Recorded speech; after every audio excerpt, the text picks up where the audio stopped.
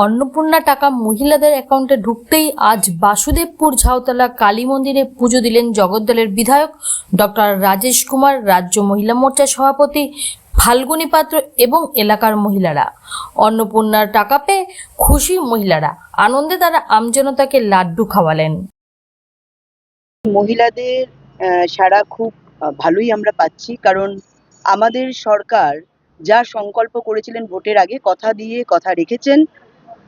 বিগত 2 কিস্তিতে 1 কোটি প্রায় 10 লক্ষ মানুষকে, মহিলাদের এই অন্নপূর্ণা যোজনা দেওয়া হয়েছে এবং এইবার 1,46 লক্ষ তাদেরকে অন্নপূর্ণা যোজনা দেওয়া হবে, দেওয়া হচ্ছে, শুরু হয়েছে এবং এটা চলবে। মানে অনেকে ভাবছেন পাচ্ছি না কেন, কারণ এই প্রক্রিয়া তো একদিনে সম্ভব নয়, সেই জন্য সময় লাগছে। সবাই পাবেন।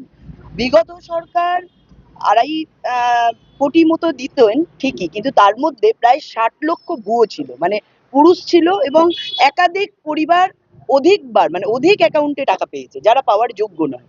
বর্তমান সরকার আসার পরেই তিনি এটা জারি রেখেছেন এবং পুরোটাই একদম ছানবিন করে পুরো বিষয়ের তথ্য নিয়ে যারা পাওয়ার যোগ্য, উপযুক্ত যারা মহিলা আছেন, গরিব মানুষ, তারা যাতে সহায়তা পায়। কারণ তিনি মাথায় রেখেছেন এই টাকাটি মানুষের টাকা, অর্থাৎ পশ্চিমবঙ্গবাসীর টাকা, ট্যাক্সের মাধ্যমে এই টাকা আসে, যাতে গরিব মানুষ সহযোগিতা পায়।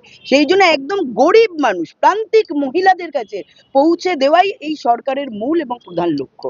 এবং আমরা সরকারে আসার পর থেকেই দেখছি সমস্ত ধরনের জনকল্যাণমূলক যে ধরনের ইনিশিয়েটিভ আমাদের মাননীয় বিধায়ক রাজেশ কুমারজি বলেছেন, সমস্ত বিষয় 100 দিনের মধ্যে যেভাবে অগ্রগতি এনেছেন, তাতে মানুষ খুশি এবং তারা তাদের অভিবাদন আমাদের প্রধানমন্ত্রী, মুখ্যমন্ত্রী, আমাদের বিধায়ক, আমাদের রাজ্যের সভাপতি প্রত্যেককে জানাচ্ছেন। এবং সাধারণ মহিলারাও এখানে এই বৃষ্টি মাথায়ও, আপনারা দেখছেন এই পরিস্থিতিতেও তারা সেখানে উপস্থিত হয়েছেন এই কার্যক্রমের জন্য।